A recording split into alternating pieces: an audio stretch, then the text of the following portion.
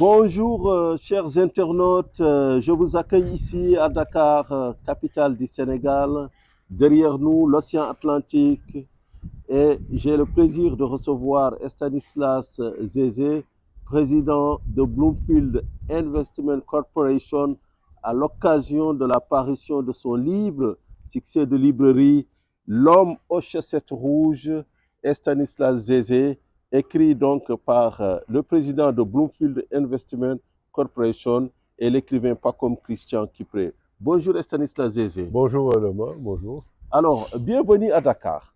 Peux-tu revenir sur les motivations de ce livre? Alors, je crois que ce qui m'a vraiment motivé à écrire ce livre, c'est le fait que je suis suivi par énormément de jeunes Africains à travers le monde, parce que, évidemment, les jeunes Africains, c'est ma priorité. Et je me suis rendu compte que ces jeunes ne me connaissaient pas vraiment. Donc, s'ils connaissaient de moi, c'était les images sur Internet, les interviews qu'ils voyaient. Et pour moi, il était extrêmement important que s'ils me voyaient tous comme un modèle, il fallait que je leur raconte l'histoire, la vraie histoire, raconter qui je suis, d'où je viens, qui sont mes parents, mes grands-parents, mes frères, mes sœurs, les environnements dans lesquels j'ai été élevé, j'ai été éduqué, tout ce qui a permis de me construire, euh, les moments difficiles de ma vie, les moments agréables de ma vie. Et tout ça, je voulais raconter. Je voulais raconter cette histoire parce que pour moi, je pense que je leur devais ça. Il est extrêmement important pour moi de faire ce partage. D'ailleurs, je me suis rendu compte pendant cet exercice d'écrit que c'est quelque chose d'extrêmement important de partager et de laisser quelque chose aux jeunes générations. Et je crois qu'aujourd'hui, je suis convaincu que j'ai eu raison de décider de créer ce livre pour les jeunes Africains.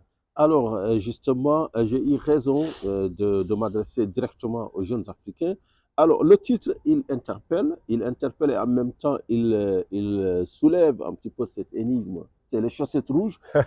Stanislas Zézé, que symbolisent les chaussettes rouges chez vous, dans la finance et Alors, dans votre environnement les de manière chaussettes générale? rouges, pour moi, symbolisent euh, la force, la puissance, mais en même temps, paradoxalement, symbolisent l'humilité et la discrétion. Parce que les chaussettes sont rouges, c'est vrai, la couleur rouge, elle est vive, donc évidemment, elle est agressive, mais quand elle est portée en chaussettes, elle est discrète parce qu'on ne la voit pas tout le temps. Vous voyez mes chaussettes rouges parce que j'ai les jambes croisées. Quand je suis debout, quand je marche, on ne voit pas les chaussettes rouges.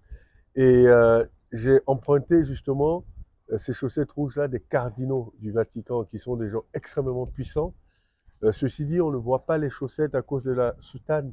Et pour moi, ce rouge-là, ces chaussettes rouges symbolisent la force discrète, symbolisent la capacité de maîtriser ses émotions, de maîtriser sa force.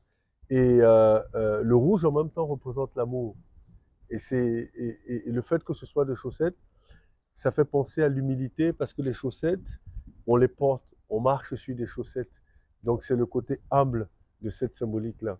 Et c'est ça, pour moi, les chaussettes rouges. C'est ça, pour moi, la couleur rouge dans le cadre de ce livre. Alors, l'énigme enfin dévoilée, parce que nous, on pensait que c'était quelque chose, un signe discret entre membres d'un club de finance, par exemple, ou Ou une bien, pour secte. ne pas dire une secte, parce que je vois qu'à Abidjan, il y a quand même pas mal de personnes qui portent maintenant les chaussettes rouges. Avez-vous lancé finalement une mode Stanislas Zézé, une marque? Je me rends compte, mais finalement, ça va au-delà de la mode et c'est ce qui m'interpelle positivement parce que je crois que tous les jeunes qui portent les chaussettes rouges aujourd'hui veulent ressembler à Stanislas Zézé, avec tout ce qui va, avec les valeurs de courage, d'abnégation, de résilience, d'humilité, de succès.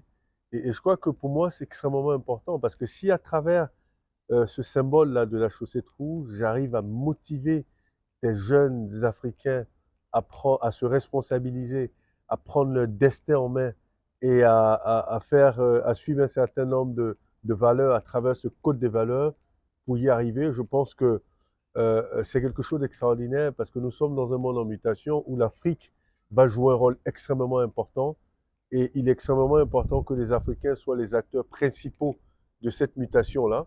Et en l'occurrence, les jeunes suivent un continent qui, en 2030, d'un continent dont la population, en 2030, sera de 60% de jeunes de moins de 20 ans. Donc pour moi, c'est vraiment une très belle chose. Alors, 60% de jeunes de moins de 20 ans, et là, vous vous adressez à cette cible-là qui a beaucoup de problèmes pour trouver de l'emploi. On parle de l'auto-entrepreneuriat ou de l'entrepreneuriat comme une solution miracle. Mais est-ce que entreprendre en Afrique est facile, Stanislas Zézé? Je pense que ce n'est pas la bonne question. La question, c'est si on constate que nous sommes dans un environnement qu'on estime être difficile, c'est la question à se poser, c'est comment réussir dans cet environnement qui semble hostile. Et là, c'est la bonne question et on commence à avoir des débuts de solutions. Mais je crois qu'il est extrêmement important que les jeunes, justement, dans cette logique de se responsabiliser, adressent les vraies questions. Aujourd'hui, les réseaux sociaux sont un vecteur extraordinaire de faire passer des messages aux leaders africains, de faire passer des messages aux autorités. Il faut que les jeunes Africains l'utilisent à bon escient. C'est vrai, il y a un volet divertissement qui est extrêmement important aussi, mais il faut que les jeunes Africains l'utilisent comme un vecteur de communication sur des sujets sérieux comme l'emploi jeune, l'éducation, la formation, c'est extrêmement important. Et si les jeunes commencent à avoir des débats constructifs sur les réseaux sociaux, les leaders vont commencer à voir qu'ils se responsabilisent et qu'ils adressent les problématiques qui les concernent. Ils vont peut-être regarder maintenant leurs problématiques d'une autre façon, de leur point de vue, ce qui n'est pas forcément toujours le cas. Donc je crois qu'aujourd'hui, ces problématiques-là, il faut les adresser, mais il faut que les jeunes comprennent que c'est leur responsabilité aussi, parce qu'il s'agit de leur vie, de leur emploi. Et l'entrepreneuriat, pour moi, est la solution du développement des pays africains. Un pays se développe par le secteur privé. C'est le secteur privé qui crée la richesse, qui crée la valeur, qui crée les emplois. Donc aujourd'hui, le rôle des leaders politiques et administratifs, c'est de créer un bon environnement qui permette justement à ces jeunes-là de créer leur propre emploi. Et ça, c'est extrêmement important. La responsabilité de l'État, ce n'est pas de créer des emplois, mais c'est de créer ni de la richesse, ni de la valeur, mais c'est de créer l'environnement pour que justement tous ces jeunes aient l'opportunité de créer leurs emplois, de créer leur richesse et de créer de la valeur. Il faut qu'ils comprennent que c'est leur responsabilité. Alors, dans le livre, il y a un passage célèbre où on dit « Stan, tu n'y arriveras pas ». Tout le monde vous déconseille de ne pas vous lancer dans cette aventure. Et justement, est-ce qu'il y a des obstacles psychologiques à l'entrepreneuriat en Afrique? Oui, je crois que les premiers obstacles psychologiques, c'est l'entourage. Et je crois que, surtout dans les pays francophones, on n'a pas la culture de l'entrepreneuriat, on a la culture du fonctionnariat, on va dire, être fonctionnaire, ou alors aller travailler dans une entreprise qui a été créée. Mais je dis toujours aux gens, ces entreprises dans lesquelles vous voulez travailler ont été créées par des hommes et des femmes. Donc évidemment, c'est parce que ces gens ont créé ces entreprises qu'aujourd'hui vous voulez travailler dans ces entreprises. Prenez l'initiative de créer aussi, comme ça les générations futures voudront travailler dans ce que vous faites. Donc, la première barrière, c'est l'environnement. Tout le monde estime que créer une entreprise, c'est prendre un risque. Moi, je dis créer une entreprise, c'est créer une opportunité. Ce n'est pas prendre un risque. C'est créer une opportunité de créer de la richesse, créer une opportunité de créer de la valeur, et créer une opportunité pour créer des emplois. Donc, c'est l'état d'esprit dans lequel nous sommes qui va nous permettre de faire face aux différents challenges de notre environnement. Mais pour ça, il faut comprendre la psychologie de cet environnement et la psychologie de nos interlocuteurs. Donc, les challenges, il y en aura toujours. Mais c'est quelle est notre capacité justement à surmonter ces challenges. Et c'est si quelqu'un vous dit que vous n'avez pas réussi à un projet que vous avez décidé, c'est son point de vue qu'on peut respecter. Mais ce n'est pas lui qui a décidé de le faire à l'entreprise, c'est vous. Donc, c'est que les jeunes se disent, c'est moi qui ai décidé. Toutes les questions, je me les pose avant. Quand je décide de monter une entreprise, j'ai réfléchi à tout et j'ai décidé. Le plus difficile, c'est décider. Une fois que j'ai décidé, je vais jusqu'au bout. L'échec n'est pas une option. Donc, les challenges seront là, mais les challenges, au contraire, devraient motiver même d'ailleurs le désir de créer. Et justement, vous y revenez dans ce livre, vers les années 2007, vous créez donc Bloomfield Investment Corporation. Avez-vous eu droit à un crédit bancaire comme cela se passe sous d'autres cieux? Avez-vous eu droit à un accompagnement de l'État ou d'une structure? Alors, pour être honnête avec vous, moi, j'ai jamais été dans une logique d'assistance. Ça, c'est quelque chose que j'ai appris de mon père militaire, qui m'a éduqué d'une façon assez stricte, où il dit, tu dois compter sur toi d'abord. C'est extrêmement important. Et tu dois compter toujours sur toi-même. Tout ce qui vient après, c'est du bonus. Donc évidemment, l'essence de ta réussite, c'est tes efforts. Et donc, j'attendais rien de personne, mais évidemment, vous commencez une entreprise, vous avez des fois des besoins, vous consultez des banques. Nous avons des banques qui ne sont pas dans une logique de mettre en place des fonds d'amorçage. Donc, les banques vont venir quand vous avez déjà quelque chose qui fonctionne. Et c'est une culture, hein, je peux la comprendre. Et je crois que c'est parce que malheureusement, les jeunes entrepreneurs ne se préparent pas avant d'entreprendre, donc vont compter sur le concours des autres et vont se plaindre parce qu'on ne fait pas de crédit, ils vont se plaindre. Et donc, quand vous plaignez, ce que ça veut dire, c'est que vous transférez la réussite de votre entreprise à quelqu'un d'autre. Vous trouvez un bouc émissaire pour ce que vous n'arrivez pas à faire. Je ne pouvais pas avoir même 5 000 francs de découvert, je ne pouvais pas l'avoir, mais ce n'est pas grave. J'ai trouvé une alternative et on a continué à fonctionner. Donc, aucun obstacle ne devrait vous arrêter. Le financement n'est pas l'élément le plus important quand vous commencez une entreprise. C'est un élément qui devient important après. Mais vous devez avoir le minimum pour pouvoir financer votre propre projet. Si vous avez un projet d'1 milliard, que vous avez que 1 million, mais vous commencez avec 1 million, vous dites qu'est-ce que 1 million peut faire dans mon projet d'1 milliard? Donc je commence avec ça. Si vous avez 100 000, qu'est-ce que ça peut faire? Est-ce que ça me permet de faire de la pédagogie? Ça me permet de communiquer sur les réseaux sociaux de ce que je sais faire? C'est juste avoir la stratégie qu'il faut et la stratégie doit être adaptée à vos moyens. Mais ce n'est pas parce que vous avez 1 million pour un projet d'1 milliard que vous ne le ferez pas.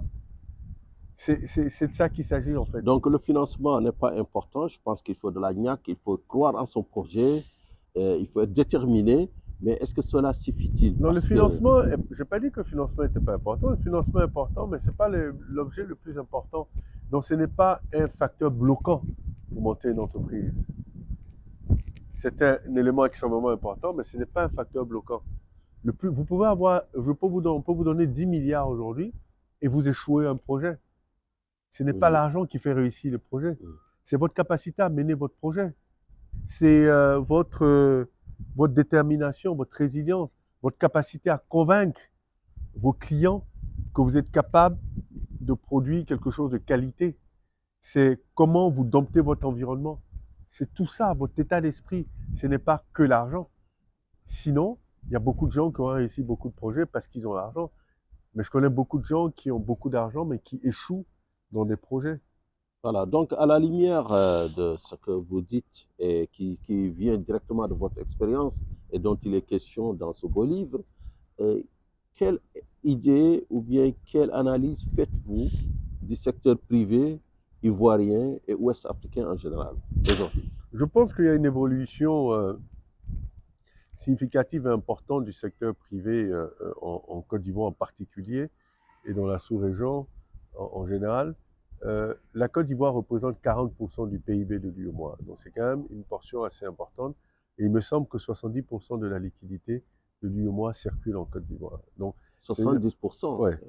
Je pensais 50%. Non, c'est 70% me semble-t-il. Et ça veut dire que c'est un pays avec un secteur privé qui est extrêmement important et qui n'arrête pas de grossir. Et je crois que la politique, d'ailleurs, des leaders de ce pays, c'est de donner de plus en plus la part belle au secteur privé. Et je pense que c'est une très bonne approche. Un pays se développe avec son secteur privé, pas le secteur public. Le secteur public crée le cadre, mais c'est le secteur privé qui drive l'économie. Et je crois qu'aujourd'hui, il y a quand même une prise de conscience de ce facteur-là et une évolution des conditions pour créer des secteurs privés de plus en plus forts, de plus en plus puissants. Et c'est vraiment, l'Afrique de l'Ouest est en train d'aller dans la très bonne direction. Voilà. Alors, je rappelle que vous êtes le président de Bloomfield Investment Corporation. Vous faites de la notation des entreprises et des actifs d'une manière générale, publics ou privés. L'année 2023 commence avec deux mots. On peut résumer toute la conjoncture en deux mots. Le choix entre l'inflation et la récession, puisque l'augmentation des taux d'intérêt est, euh, est destinée à contenir l'inflation, mais d'autre part, ça détruit de la croissance. Donc, vous qui faites chaque année une conférence risque pays pour les pays africains, quelle analyse faites-vous justement de l'évolution des risques en Afrique en 2023? Alors, je crois que du point de vue de l'inflation, l'inflation est quand même contenue. C'est-à-dire que les taux d'inflation dans cette région ne sont pas des taux d'inflation Vous qui parlez soient... de l'Union économique et monétaire Moi, je parle de ouest-africaine, l'UEMOA. Hein. oui, On sommes enfin, dans des taux 8%, d'inflation qui sont autour de 8, 5, en fonction des pays, ouais, 5, la moyenne. Ouais. 6%, qui en réalité ne se font pas ressentir de façon très brutale. Mm. Et je crois que la Banque centrale de l'Afrique de l'Ouest a une façon très intéressante de juguler cette inflation-là. Et je crois qu'aujourd'hui, ce qui aide un peu à contenir tout ça, c'est que pendant les 20 dernières années, hein, les 15, 20 dernières années, il y a eu un effort significatif d'agrandir la classe moyenne. Et donc, évidemment, le pouvoir d'achat de la classe moyenne, en Côte d'Ivoire, il y a une classe moyenne qui est assez importante. Et le pouvoir d'achat de la classe moyenne fait qu'aujourd'hui, elle arrive à quand même contenir cette inflation qui ne se fait pas vraiment ressentir. Hein. Vous allez voir la différence dans les pays où l'inflation se sent vraiment sentie. Il y a des grognements, il y a ce qui n'est pas forcément le cas dans cette région-là. Et je crois que pour moi, les risques fondamentaux, c'est en évoluant dans cette mutation économique et politique et géopolitique africaine, c'est surtout la dépendance de nos États vis-à-vis de l'extérieur.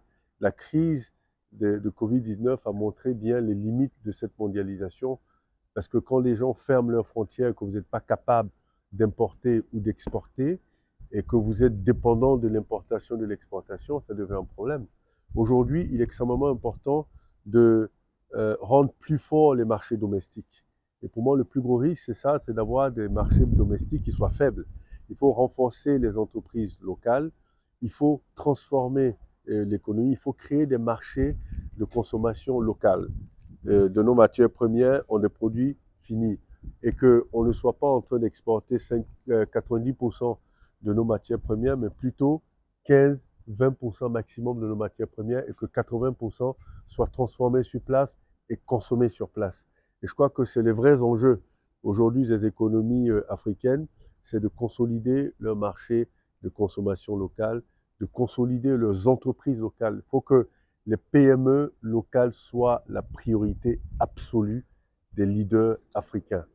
Et il faut également que dans cette logique de baisser les barrières, que la ZLECAf soit une priorité absolue. Nos marchés sont trop fragmentés. Il faut aujourd'hui avoir des marchés beaucoup plus grands, beaucoup plus larges, beaucoup plus profonds,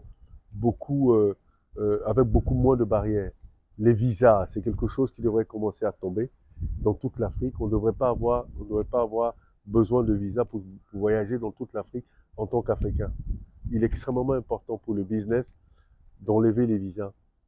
Il est extrêmement important de commencer à penser à la convertibilité des monnaies africaines entre elles pour éviter que les Africains soient toujours obligés de passer par le dollar ou l'euro pour faire des transactions. Sinon, ça n'a pas de sens. Justement, en parlant du dollar et de l'euro, il y a une forte dépendance justement de nos pays par rapport à ces deux devises. Il y a une raréfaction, je dirais même organisée, de ces devises, notamment dans le cadre de l'import-export africain, puisque les banques confirmatrices se font rares, les lignes de confirmation se font rares, beaucoup d'institutions même se retirent de l'Afrique et le pricing est très élevé.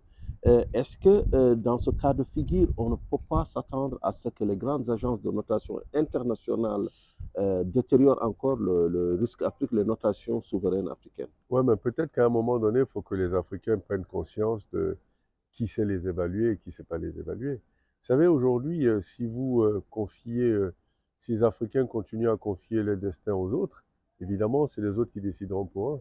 Je crois que la notion de notation financière en monnaie locale que Bloomfield a introduite fait beaucoup de sens et montre aujourd'hui qu'il est extrêmement important que les Africains comprennent qu'ils aient leurs propres outils D'évaluation. les propres outils d'évaluation et les propres outils dans tout ce qu'ils font d'ailleurs. Et c'est ça qui rend indépendant. Aujourd'hui, si tous les Africains commencent à dire, écoutez, nous, on va se faire noter en monnaie locale, on va développer nos marchés des capitaux locaux, on va emprunter sur nos propres marchés et on va être indépendant du point de vue des capitaux que nous levons sur les marchés. Vous allez voir que les agents de notation financière internationale vont changer d'attitude parce qu'ils verront bien que les pays africains n'ont plus besoin de leur évaluation et changeront d'attitude. Et mais tant que nos pays continuent à penser que c'est les eurobonds et tous les emprunts qu'ils font de l'extérieur qui vont pouvoir avoir accès à des capitaux, mais évidemment, ils auront toujours affaire à ça. Il est extrêmement important de comprendre que je parlais tout à l'heure de défragmenter les marchés financiers dans nos États en Afrique et concourir enfin, travailler sur le développement d'une monnaie unique en Afrique. Et ça, ce serait l'idéal pour le marché des capitaux en Afrique, de savoir qu'un pays a la possibilité d'emprunter sur 54 autres pays, dans 54 autres pays. Donc, c'est créer un marché unique. Un marché des capitaux unique, une monnaie unique, une bourse unique. Mutualiser nos Absolument, mais ce serait extraordinaire. Les Africains n'auront besoin d'aller chercher l'argent nulle part. En ce qui concerne les devises, il va falloir qu'on comprenne que tant que nos pays sont des pays rentiers, on aura toujours des problèmes de devises parce que les devises que nous collectons en vendant nos matières premières, c'est ces mêmes devises que nous utilisons pour acheter des produits finis qui émanent de nos matières premières et qui coûtent beaucoup plus cher. Donc, schématiquement, une balance des paiements qui va toujours être déficitaire. En notre défaveur, parce qu'il faut qu'on commence à vraiment transformer nos économies de sorte à ce qu'on soit plus exportateur qu'importateur. Et à ce moment-là, oui, on va régler ce problème de la devise. Si on consolide nos devises, on renforce nos devises et par justement notre capacité à créer de la richesse et à consolider des réserves qui permettent de soutenir nos monnaies et nos marchés, bah, naturellement, nous allons nous mettre dans une position de force. Et ça, c'est un travail d'organisation et c'est un travail qui nécessite un autre état d'esprit. Il faut que les Africains comprennent qu'aujourd'hui, ils n'ont pas de choix que de se mettre ensemble. C'est-à-dire que le panafricanisme aujourd'hui, ce n'est pas une question de choix, c'est une question de survie. Le continent a besoin de cette logique panafricaine, de baisser toutes les barrières, de repenser la notion de souveraineté nationale, plutôt dans une logique de souveraineté continentale, pour pouvoir y arriver. Aujourd'hui, on va rentrer dans un nouveau type de concurrence, dans un nouveau type de compétition, où si l'Afrique ne fait pas attention, elle va être récolonisée, mais d'une autre façon. Il est extrêmement important que les Africains comprennent que toutes ces barrières inutiles qui se mettent ne servent absolument à rien. Les souverainetés nationales doivent être revues au bénéfice d'une souveraineté continentale. Vous avez parlé de la zone de libre-échange continentale, la ZLECA, dont le secrétariat général se trouve à Accra, et qui est aujourd'hui en but à une question très importante, la règle d'origine, quel est le produit qu'on peut qualifier d'africain ou non, et qui est aussi en but à des barrières non tarifaires, parce que beaucoup de pays se disent justement souverains sur la fiscalité. Là, on le voit à l'IOMOA, sur les obligations en bourse qui ont une fiscalité différente d'un pays à l'autre. Ça, c'est dans l'IOMOA. Donc, est-ce que ce panafricanisme-là, finalement, on peut dire qu'il souffre de l'absence d'une volonté politique et même d'une vision stratégique? Mais absolument, des deux, volonté politique et vision stratégique. Donc, vision stratégique qui devrait être soutenue par une volonté politique. Et je crois que, et comme je dis, pour moi, c'est une question de survie. Si les Africains ne finissent pas par le comprendre, ce sera tant pis pour l'Afrique, ce sera tant pis pour les Africains. Aujourd'hui, cette logique de souveraineté nationale et avoir de tout petits pays, des micro-pays finalement, des micro-économies finalement, qui en réalité ne font pas le poids. Il faut mutualiser pour avoir des grands ensembles. Et c'est ça qui va permettre à l'Afrique d'être compétitive vis-à-vis des autres continents. C'est ce qui va permettre à l'Afrique d'être solide. C'est ce qui va permettre à l'Afrique de compter parmi justement ces autres continents qui sont loin, très loin devant nous, pendant que nous avons quasiment toutes les ressources. Exactement. Et je prends un exemple qui illustre bien ce que vous dites, le Ghana, un pays qui a de l'or, du cacao, du pétrole et qui est aujourd'hui presque en défaut de paiement, qui est en paria. Qu'est-ce qui se passe dans ce pays, Stanislas? Non, comme je vous dis, c'est comme dans tous les pays, c'est une question d'organisation, c'est une question de stratégie. Nos micro-pays agissant seuls n'iront nulle part. Aujourd'hui, si le Ghana, la monnaie du Ghana était convertible avec le CFA, au lieu d'aller se mettre sous le joug du FMI et de toutes les autres qui méprisent désormais, qui sont toujours méprisés d'ailleurs et qui continuent à mépriser les Africains, peut-être que le Ghana serait venu emprunter sur le marché de l'UEMOA. S'il était converti, ben, le Naira, peut-être qu'il serait en train d'emprunter sur le marché nigérien où il y a beaucoup de liquidités et rester toujours dans une logique de dignité. Mais c'est ça, c'est-à-dire qu'on ne se rend pas compte que nous sommes des États extrêmement fragiles de par notre isolement, de par notre configuration. Et c'est pourquoi je dis le panafricanisme, et je pense que Kwame Nkrumah l'avait compris dès les indépendances, S'unir ou l'Afrique, périr. pardon, voilà, L'Afrique doit s'unir ou périr. exactement, il avait tout à fait raison et on le voit aujourd'hui. Si les Africains avaient commencé ce panafricanisme à travers un système de fédéraliste, par exemple, depuis les indépendances, aujourd'hui l'Afrique serait extrêmement loin. Et je crois qu'il faut revoir notre copie, il faut revoir notre stratégie du développement de l'Afrique et de nos pays pour pouvoir justement compter et ne pas être des États aussi fragiles qui au premier coup de vent commence à basculer et sombrer malheureusement dans ce qui est en train de se passer avec le Ghana, par exemple. Stanislas Zézé, l'homme aux chaussettes rouges. Donc, je rappelle que nous sommes à Dakar. Je vais vous poser une dernière question. C'est quels sont vos pronostics pour le Sénégal, pour la Côte d'Ivoire, pour la RDC qui a rejoint votre base de notation et aussi pour le Bénin? Je crois que ce sont des pays qui sont des pays à très fort potentiel et qui sont des pays qui ont compris l'importance des réformes économiques, politiques et sociales.